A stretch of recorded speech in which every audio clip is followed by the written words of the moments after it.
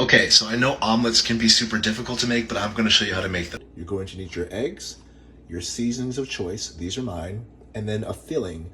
You can use meat, you can use vegetables, you can use both. I'm going to use these peppers, and you're going to use some sort of olive oil as well. First things first, you're going to need to go ahead and cut up your produce. Remember, a sharp knife is a safe knife. Now we're going to take and set this aside.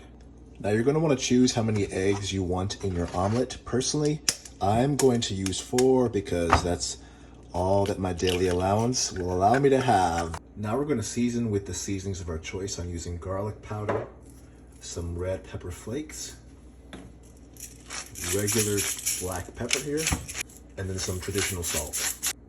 Now we're going to mix. Now go ahead and grab your pan and put it on your stove, and then turn your stove probably to medium, I would say. The key to a good omelet is letting things cook very slowly, all right? It shouldn't really matter what pan you have, as long as you let it warm up slowly, then add your oil, let your oil warm up, and then add your eggs.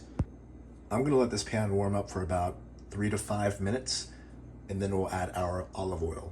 So we're gonna grab our oil just a little bit, and this is where you're going to add your vegetables or your meat. Make sure all of your ingredients are cooked down and they are not raw. Once your meat is cooked, once your vegetables have cooked down and you're ready to go ahead and just pour your egg in. Now this is the hardest part, okay? You need to let it do its thing. Don't be moving it around the pan. Don't try and flip it too early. Let it be. You can just barely see how some of the egg is starting to cook around the edges, and in the center there, you may be tempted to just barely see if you can scoop some of the egg out from the edges and let some more of it drip through. Now just let it sit maybe for 60 seconds to 90 seconds more, and then you're gonna get out your big spatula and get ready to flip. You can also add your cheese at this time if you want to. Now very carefully, we're just going to try and lift up on the edges here. Take your time, and in the end, if it splits, no big deal.